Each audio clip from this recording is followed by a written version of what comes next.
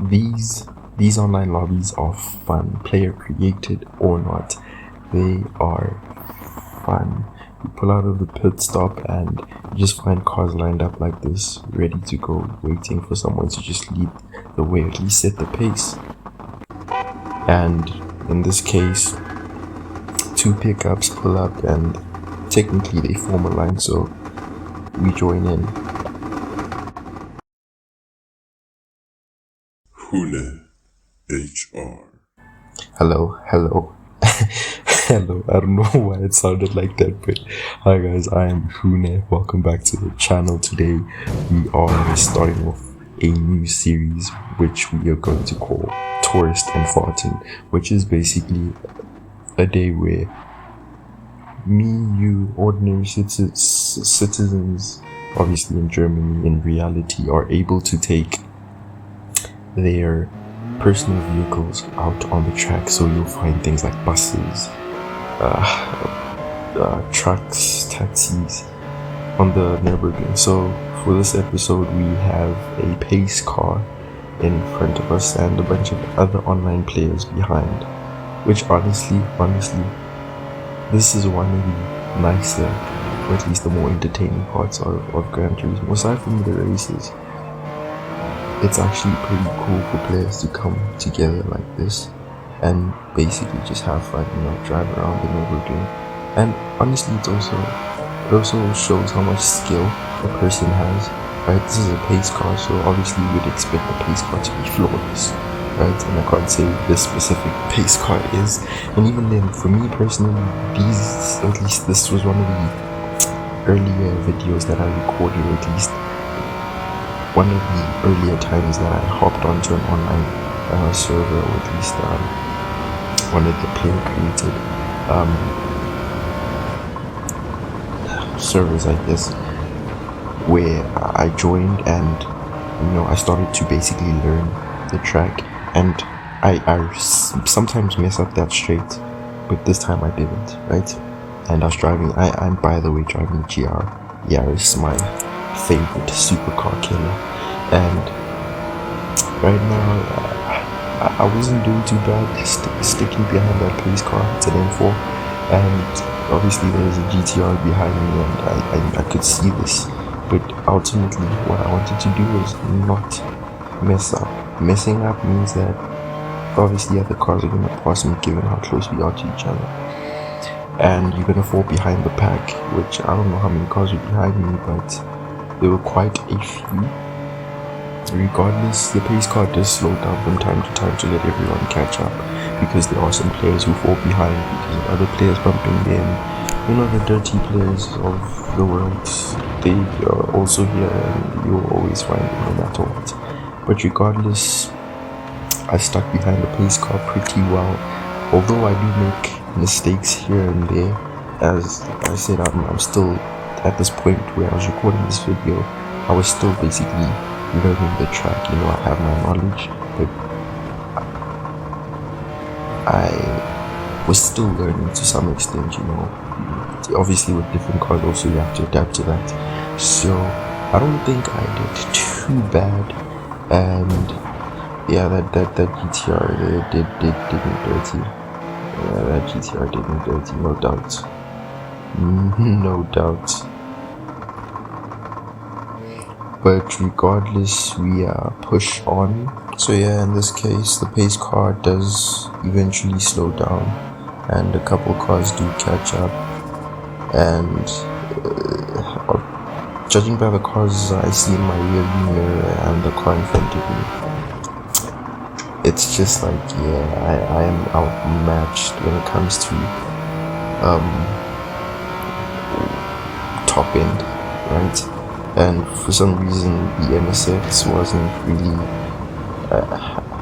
pushing that hard, and the GTR kept really coming close, especially at the braking points. So obviously in certain situations I would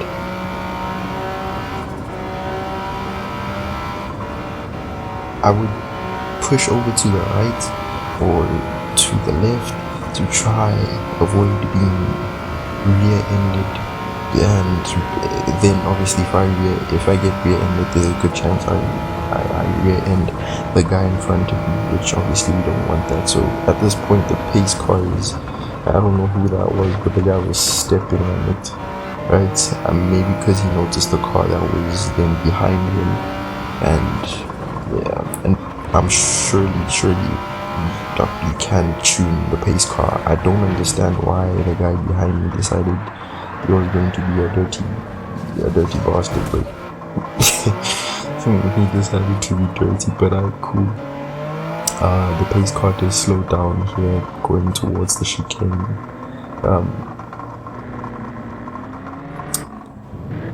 Not the chicane, the carousel. I just had a moment where I realized that I know this part of the Nurburgring, but I've said something completely off, right? So my brain did that thing where you want to say something, but you say the complete opposite. And so yeah, that's what happened there. So we just went past the carousel. By the way, I only know 2 turns in this game, which is the Sabine Schmidt corner, which is literally at the beginning where we were parked, and I don't know why the pace car decided to slow down, but yeah. But now, and obviously the carousel, but now I guess it's every man or player for themselves. And this is the problem when you have someone so close behind you or people near you. The NSX, I don't know if he messed up his race, I guess, or he just messed up the race for himself and obviously ended up hitting the barrier and scraping off the barrier. A lot of players do that, and they'll go to the GTR one that was almost rear ending, or it could be another one. But regardless, barrier. This guy, bro. Yeah. Why he literally had the tip of his hood. My brain went elsewhere, but okay. The tip of his hood literally sticking out through that bend, and it caught me by surprise. Any type of movement or at least adjustment from me trying to correct or hitting him was, but he does say sorry. But all I'm saying is he could have corrected, reversed, instead of being so into the track. But all's good. I wasn't really annoyed or mad. GR Yaris, by the way, holds up its own. It is able to carry its own weight throughout any race. That's one thing I've noticed. I'm going to be doing a lot of these Touristenfahrten type of videos, or even then just joining online lobbies and playing with other players who just casually driving around in this specific game. So right now we're going through the long straight on the Nurburgring, and I usually mess up this last stretch towards the checker flag, but for some reason I didn't this time.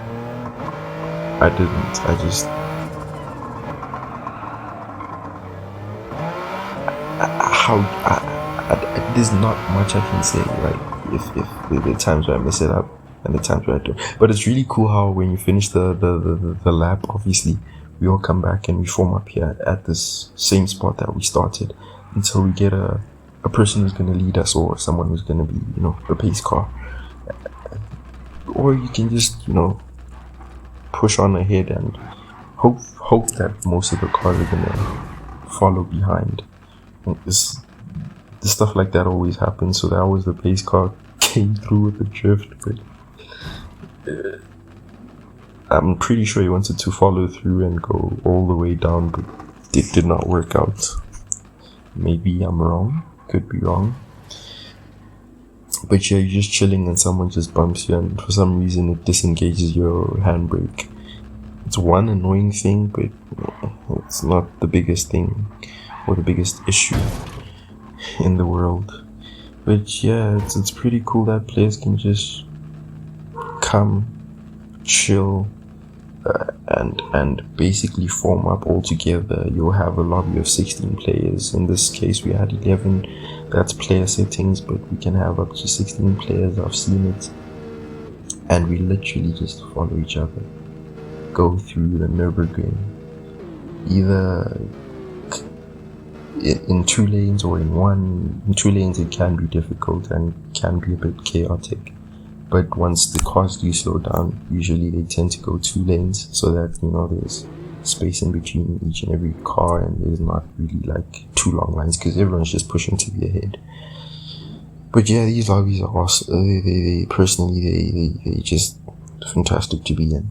And then I joined another one this time with, this is the shot you saw at the beginning of the video, with the 2 pickup trucks and the GTRs, which honestly, when I see cars like this, I know how much power the GTR makes because I've tuned on, and acceleration is crazy, top speed is crazy, handling is crazy. I mean, it's not the most extreme, but it's sticky tires. I don't know what the objective of the pickups were, why they decided to form up the way they did, because I would assume they were going to set the pace for the rest of us, but yeah, they definitely did not do that. Yeah, they did not set the pace, just everyone passes them, and it's almost pointless. So by the time I pass them, it's just like I'm trying to catch up to the cars that have a lot more power, and there's a few other cars I saw behind me. The pickups were not going to keep up. The F-150 was just not, the Raptor was just not going to keep up with even then the GR Yaris or any other high performance car, or at least any of those that were parked there. And this is one of the other times I recorded these earlier on when I was learning this track, the Nurburgring, which, to be honest, I don't do too bad. You see a few mistakes here and there. Sometimes I end up in the grass, sometimes I don't, and sometimes I correct, make a mistake, quickly correct.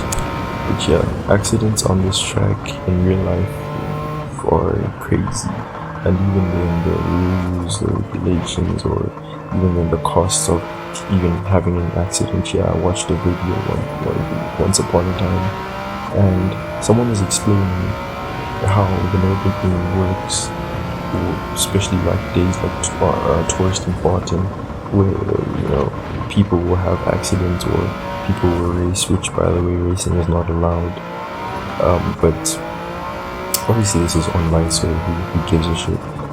But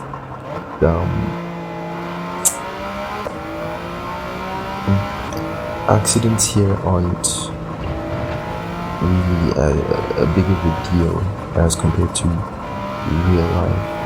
Whereas in real life, you hit a barrier, that's a cost in itself. You spill oil, you flip your car, you damage the track. I can't remember everything that I watched in that video. You just have to search for yourself. But it is a real thing. It is a real thing. And those costs fall onto the individual driver, so it's a matter of race at your own risk or drive here at your own risk. And yeah, all that aside, Nurburgring is honestly a dope track. I'm learning it because I think it's like, from what I've seen in the world, it's like the benchmark of, or at least where cars come and get tested. Even when you see cars in camo or in wraps or anything like that, that's something new, like a Civic Type R that just got released, or they come here, get tested, they set perhaps unofficial lap times, and it's honestly the testing ground. It is the testing ground. right? When we talk about the AMG GT Black Series, it is the world lap record holder at the Nurburgring, and that's a big statement for some reason. So it is clearly a testing ground, and a big one at that, a very long one at that, and surprisingly dangerous. Because I'm just looking at some of the speeds that you could, like, I've seen in real life people carry a lot of speed down certain bends, even down here. 140 kilometers in real life down this. I can only assume this maybe it's a bit exaggerated in the game, but this is simulation after all, so I'd like to assume as well that it's trying its utmost best to be as accurate as possible to what would happen in reality, you know. So traveling at 140 through certain bends, 120, 130 through certain bends seems ridiculous, or at least seems dangerous, seems like an accident waiting to happen. But in the game, it somewhat doesn't really matter unless obviously hitting the grass would get you disqualified or something like that, or you know, exceeding track limits would get you a time penalty. But in these online lobbies, I don't think anyone bothers with that, or at least because it's, you know, open place. There's no we're not racing against each other. Even then, if I'm trying to keep up with other players, I mean, it's up to the individual player what they're doing on the track at this point, and then players can decide randomly to challenge each other. So then this would be actually a race, and they set the settings and we challenge each other, and we start from a pit start or a rolling start, and may the best man or woman win. So towards the end of the lap, I kind of just, I don't know what is happening. I just lost it, and I started messing up almost every bend, every corner. I can't even explain why. Maybe I just,